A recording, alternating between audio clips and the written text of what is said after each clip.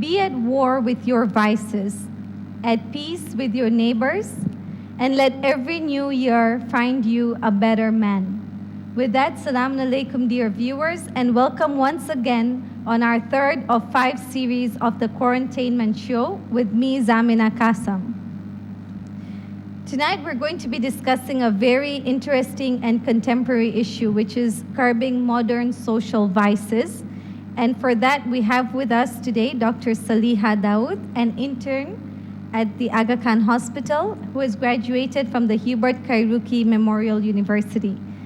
Welcome, Dr. Saliha. Assalamu alaikum. Thank you. Alaikum salam. Can you give us a brief introduction, just so our viewers are oriented to you? What is your involvement in the community and what have you done? Yes, surely.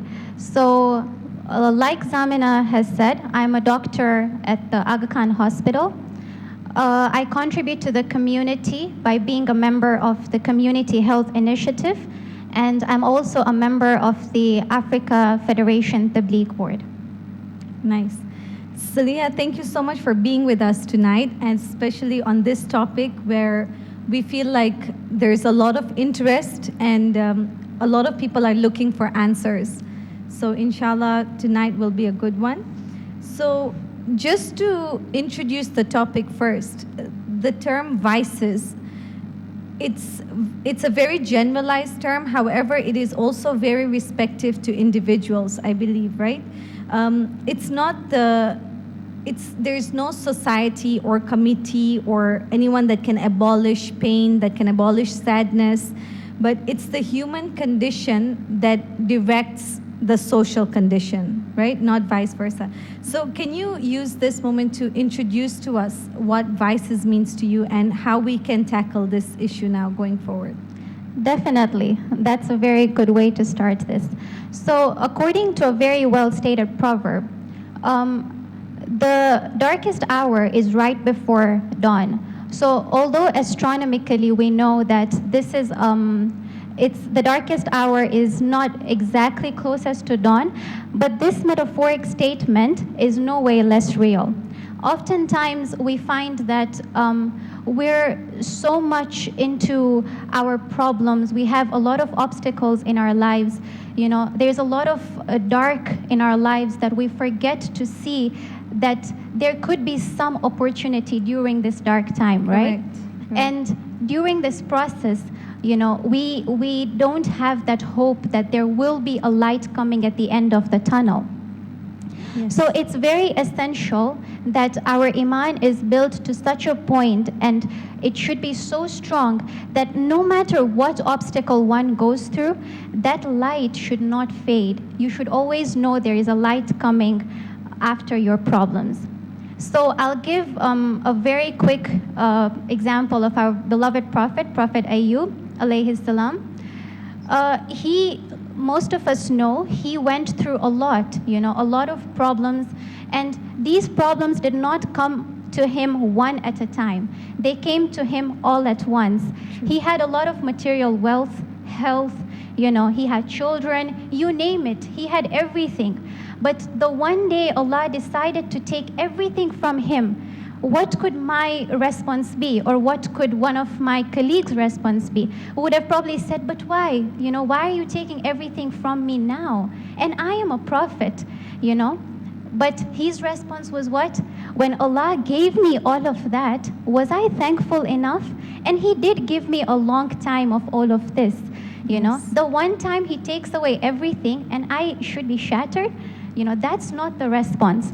So, Allah does not allow an endless night. He does give us the sun, but the sun rises after the night. So in His infinite mercy, Allah subhanahu wa ta'ala has sent us Ramadan, and this Ramadan will carry our souls through that great tribulation or through our isolation for that matter.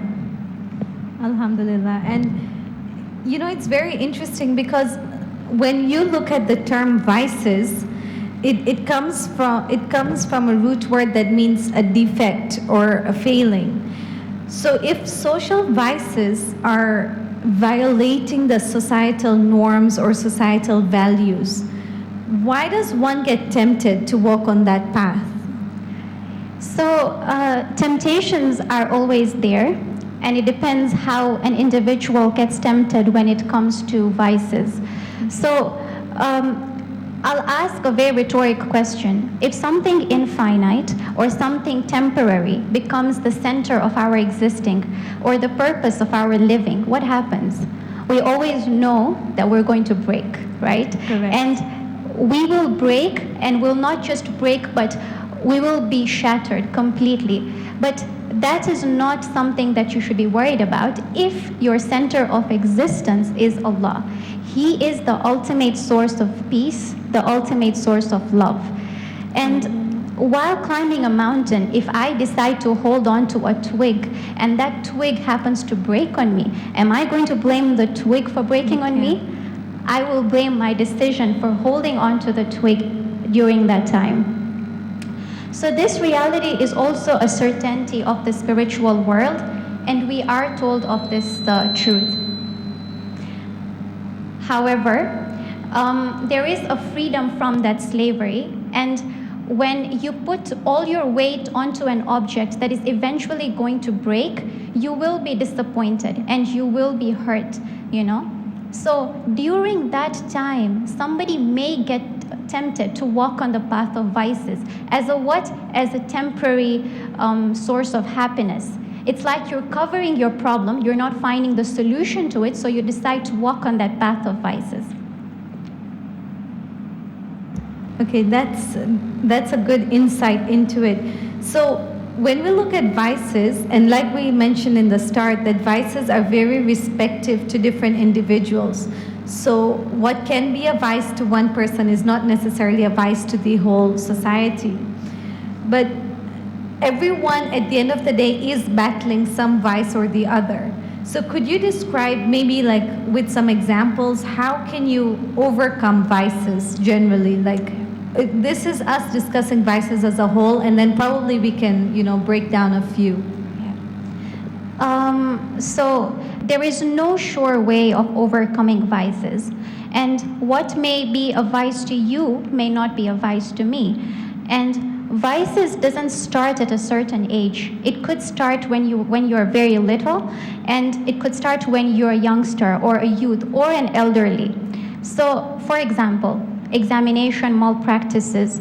If I'm in grade 7 or in primary school, and my ultimate purpose right now is to please my parents, and I know I don't study very hard, what am I going to do? I will choose the shortcut to it, which is maybe copy during my exam. And that at that time, that may not really seem a problem, because it's giving me what I want. I won't think of the long run. But it's not always the case. Now, Prophet Yunus, Alayhis-Salam, during his time, he was trapped in the belly of a whale, right? And during then, he did not think of, so I think it's the end of my life and it's going to end right here. I should just give up. What he did rather was he turned to the ultimatum. He turned to Allah. So he said, there is no God but you, O Lord. Glory be to you. I was wrong. He was imprisoned in the belly of the whale, right? And that was his prison. But when we talk about humans generally, we all have our mental prisons. We all are imprisoned to our desires. We become a slave to our desires. And that could be very harmful in the long run. When you have a false idol to worship in today's world, it is very disappointing because, and then when that idol is taken away from you, from the ultimate creator, then you will not ever feel you're hopeful again, you see? So he turned to Allah and he said, La ilaha illallah anta subhanaka inni kuntum min al-zalimin. Many of us today, if I'm asked or if a colleague of mine is asked, to admit when they are wrong or to apologize when they're wrong, how many of us will come up and say, oh, you know what, I think I'm wrong and I should be sorry? It's very difficult. But when our own prophet set us that example that no, you should say sorry, you're vulnerable. You're meant to be the weaker person here. Apologize, and Rahmatul Alameen, Allah will forgive you eventually. So, when that imprisonment is the result of putting anything where only Allah should be, then we will always get disappointed. Wow, at the end of the day, it just all comes down to getting back to our one and only hope, our one and only goal. Yeah. So, just to get the viewers into the whole topic, maybe we should be introducing a few vices, because there's a stigma that vices are only like drug, alcohol consumption. These are the only vices that people are aware of. And, we tend to overlook only those vices that we also have. So there are vices that we have as an individual, but to us, we think that they're virtues, they're not vices. So maybe you can take us through a few vices that you are also aware of, maybe in our community or on a global scale, from your understanding. That's a very good question. And I will mention vices, a few of them. I will not point out that it's happening in our community or not. That's for every individual to realize and understand. So alcohol is the first one. So many of us know about alcohol, take in alcohol at their own quantities and amount. But how does that affect us mentally, spiritually, physically? In the Surah Maida, verse 9, Allah says, and I quote, "Intoxicants excite enmity and hatred amongst you and hinder you from the remembrance of God and from the fulfillment of His commands, and slavery to them diverts you from the sole road of happiness and leads to excess and abomination." Now, you see, the funny part is we always think we care for ourselves the most. We love ourselves the most. But we forget that there is that ultimate power who loves us even more. So when He's telling us not to consume alcohol, is He really telling us for Himself?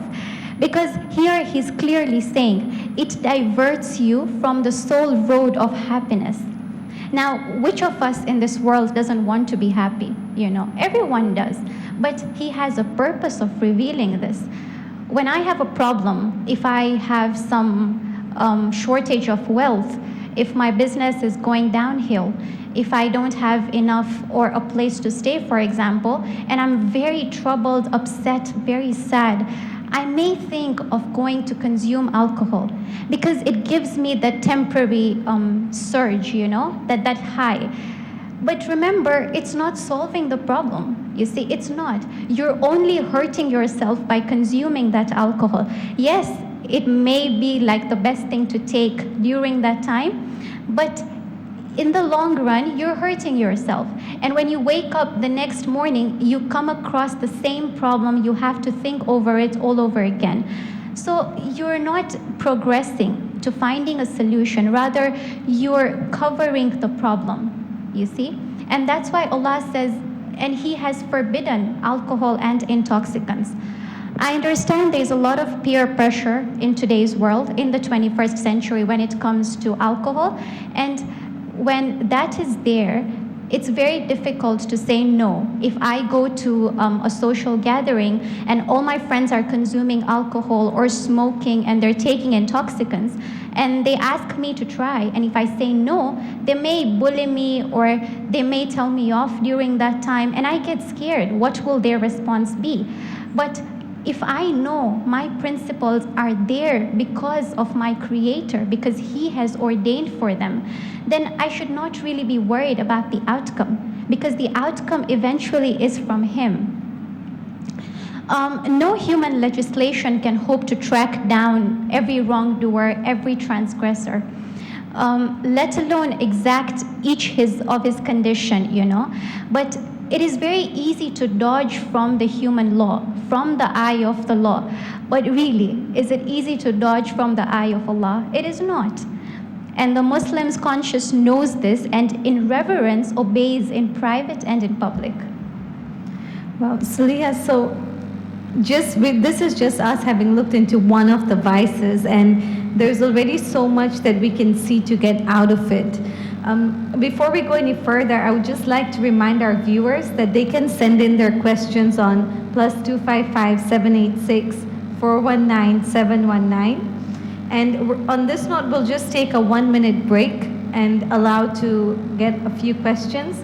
However, while we're taking this break, we would like to advise the viewers that just watch on the screen for our posters. We're going to be reminding you on this advice from the WISE campaign, which was introduced last week. And as well as we have another fundraising campaign where the details will be on the screen as follows. Thank you.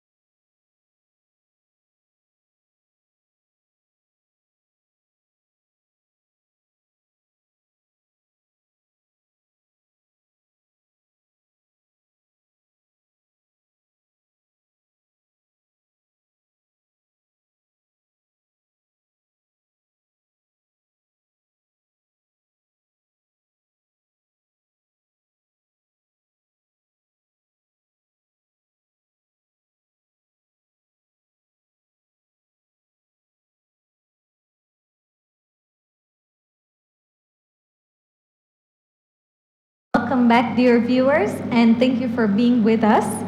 So, I am still here interviewing Dr. Saliha, and we were talking about alcohol as one of the vices that is there in the global level.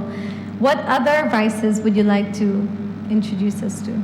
So, fortunately or unfortunately, addressing fornication or extramarital affairs. I will bring the concept of love here. What is love, or perhaps what is the idea of love or infatuation? Two things. Number one, true love or the ultimate love should be Allah subhanahu wa ta'ala, and that is the only one who should reside in your heart. But if being in love with your spouse means, or let's say with any other man or any other woman from the community or from the global setting, means our lives are in pieces and we're completely broken, we're shattered, we sacrifice ourselves to such a point where you don't know where you're headed from. You're so broken, you don't know if you want to stay there in that relationship anymore. And when you're not able to function, or you're hardly able to function, can you really term this as love? Well, chances are it's not. But despite what we're taught in popular culture, true love is not supposed to make us like drug addicts. What's the purpose? Why did Allah make it halal? Why did Allah make marriage halal? You know, and many of us have this this perspective that the purpose of marriage and the only condition behind marriage is love. But what do you find in a partner? You don't find love, you find calmness. That's what your search should be.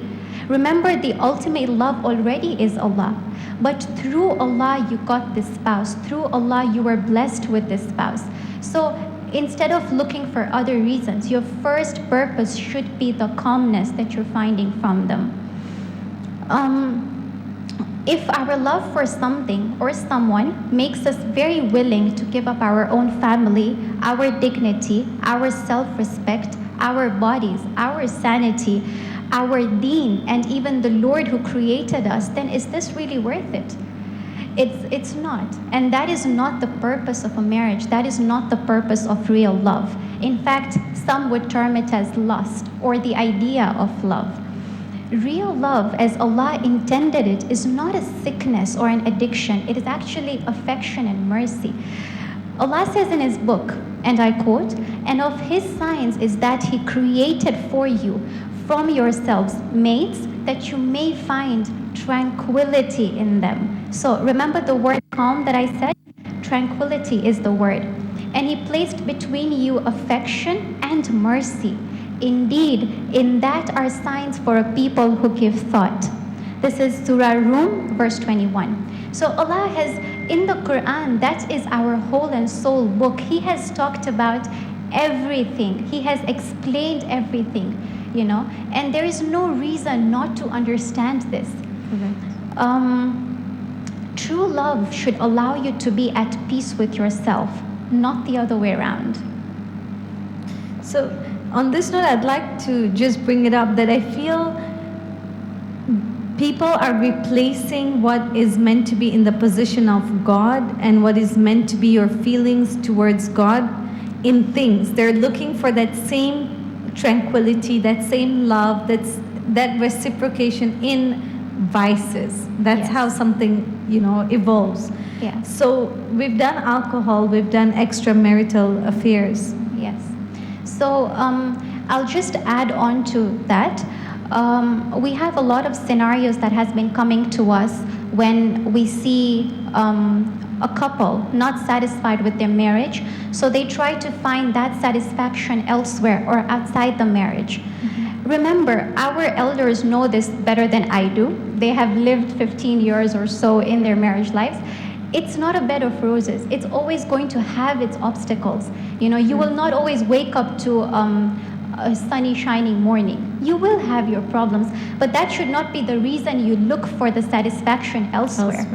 I heard this lecture where one of the malims was talking about marriage, and he addressed Valentine's, and he said that if you're giving your partner a rose or you're giving your partner a car, for that matter, then if that partner is always going to demand for more, you will never be able to fulfill it.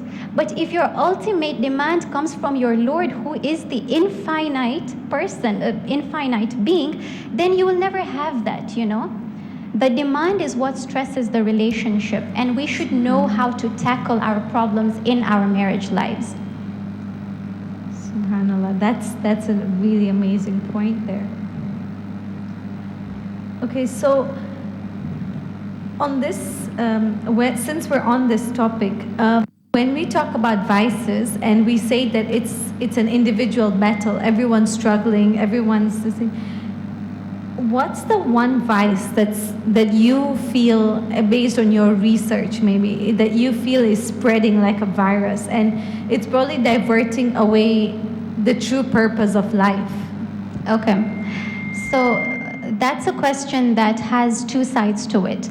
And before answering, I'll give a scenario. When I give a surgeon the knife versus giving a robber or a criminal the knife is the same, but the purpose that it's being used for are two different. One will be to save lives, but the other may be to take lives in a very brutal way.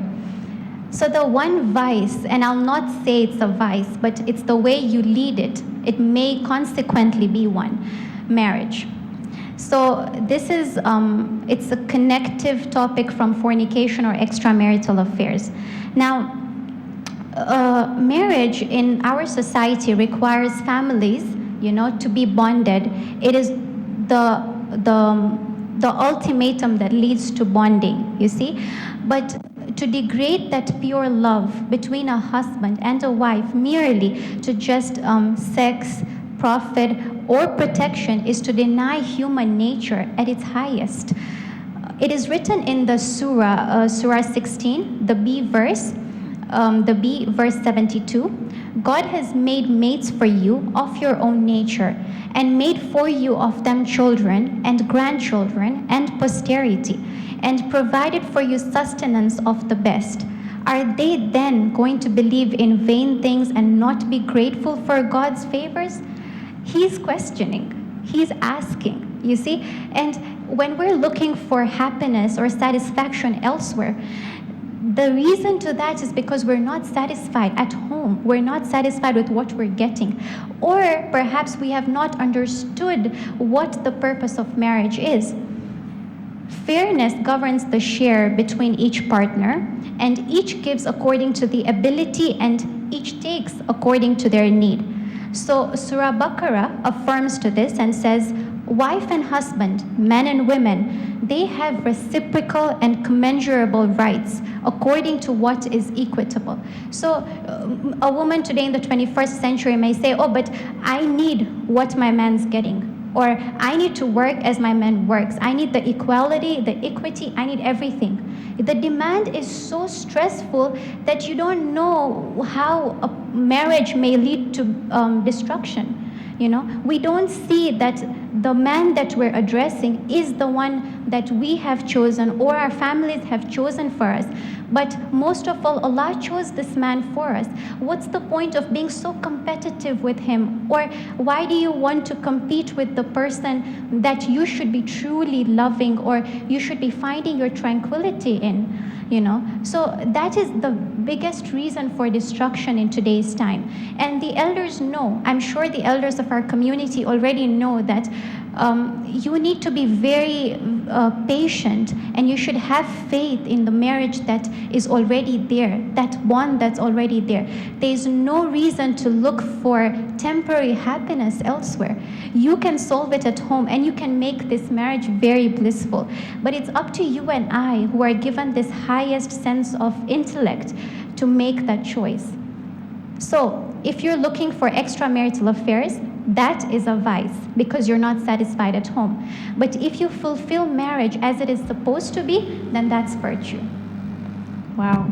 So, Saliha, it's, as much as I feel like you will agree with me that it's easier said than done. And like you mentioned, that there's quite a few things that we'll only learn through experience. There's quite a few things that you'll only know once you're in that situation.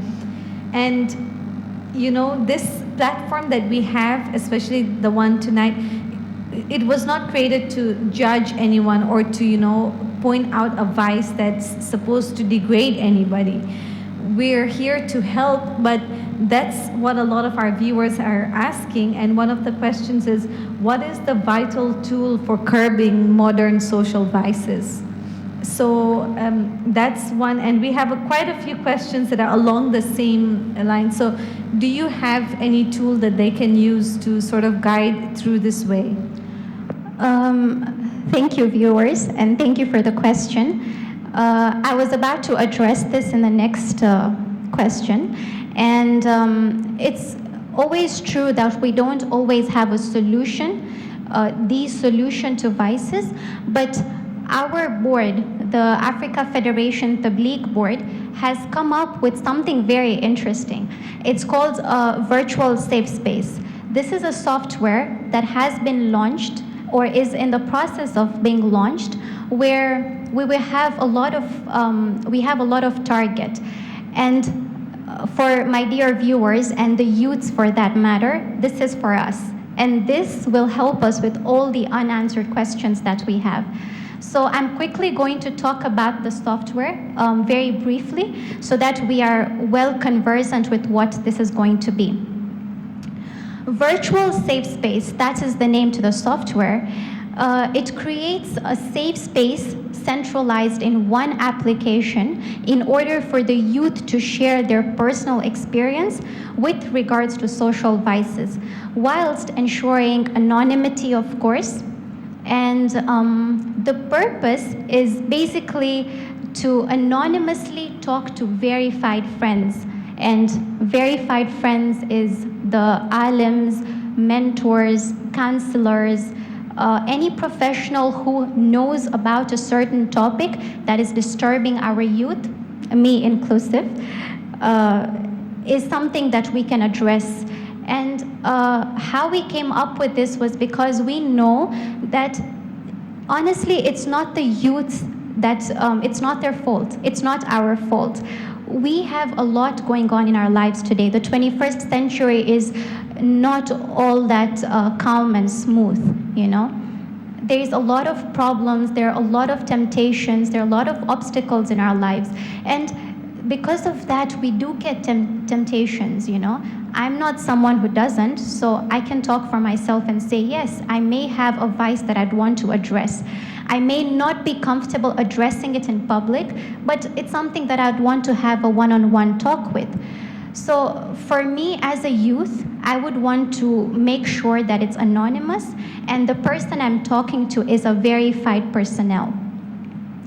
It creates space for knowledgeable scholars as well to share their videos on issues of social vices. And moreover, it allows the committee to identify trends within the community in order to better create solutions to these problems.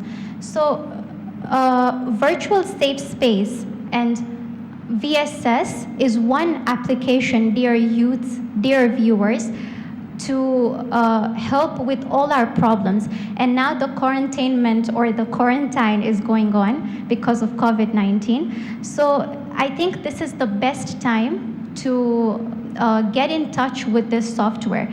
We haven't launched it yet, but when we do, we're definitely going to inform you of the dates and how it's going to be.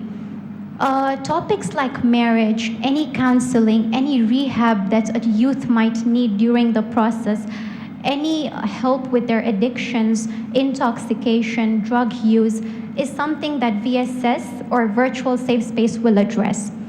You don't have to even pay for this show, this app, you know. What you do is just log on and you follow the steps that are there and you will be connected to an alim or a personnel that you would be comfortable to speak to.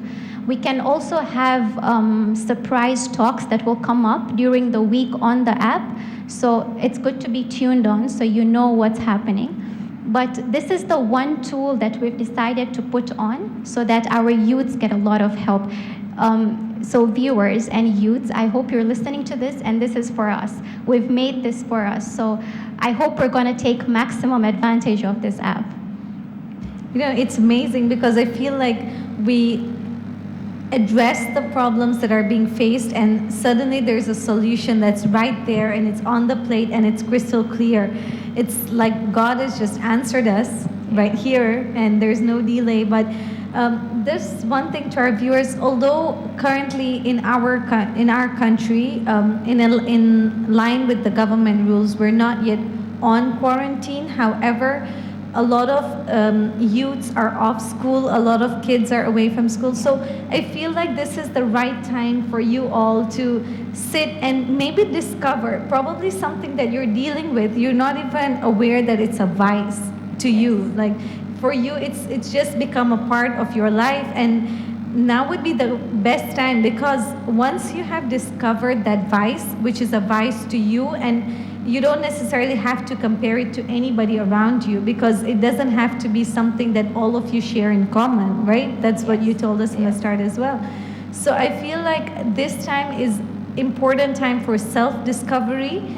And once you have discovered your vice, and inshallah, when this platform is going to be released, it's going to be easier for you to connect. And considering it is, you mentioned it's free of charge, it's anonymous, and that's all you want. You want it all to be in this. And also, we would just like to, you know, use this because this is about, it's also related to being in this together. I feel like a lot of people think that when they're in a vice or when they're in a problem, it's them alone. It's them alone, right? yes. So this is going to be the perfect support system for them. Yes. Would you like to say anything else about overcoming vices or dealing with vices? Like, I think it's very beautifully put how you mentioned that, you know, we have to put everything in its place and Allah has the answer for us in many different ways. But just before we wrap up tonight's show, do you have any closing remarks that you'd like to leave our viewers with? Okay, so thank you so much for watching us, but I know I've addressed a very sensitive topic today, and it's not something that I don't live with. So I'll say we have our problems, we're going through problems right now, but if you have the will to change, you have the will to address those problems, then there should be nothing stopping you. So Yes. you should go the mile ahead and address or tackle the vice that you think is bothering you. We need to realize that we're headed the wrong way. In today's century, when we're waiting for our imam to reappear, when we're in that intidar, it's very necessary that we make the necessary changes. And those changes will not be very positive in the beginning, and they'll not always bring outcomes immediately.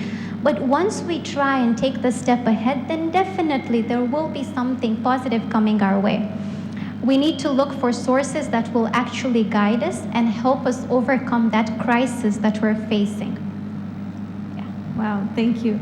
Thank you so much for being with us tonight and giving us a beautiful insight into this topic. And to our viewers, we would like to remind you once again on this Advice from Wise campaign. In line with what we spoke about, they have so much experience, they have so many golden words to share. So use this moment, take some golden words from them and give it out to the community, because remember, we're all in this together. We're all here to tackle all these issues together. So if you would please do this for us, take a picture, resonate their words, bring them out. Let's hear more from them, because we've been hearing quite a lot from the youths. And we also have our next show, like you said, about connecting to the Imam, and that's exactly where our next show is going, which will be on Friday, same time, 9:30 p.m. And just to wrap up tonight's program, I would like to remind you all that vices is not an illness, okay? Because when we all come in it together, when we all come in it in solidarity, it's this union that makes us strong, and together we'll change this taboo and the stigma of illness to wellness, inshallah. So thank you very much, and we'll see you on Friday, 9:30 p.m. Thank you, Dr. Saliha. Thank you so much.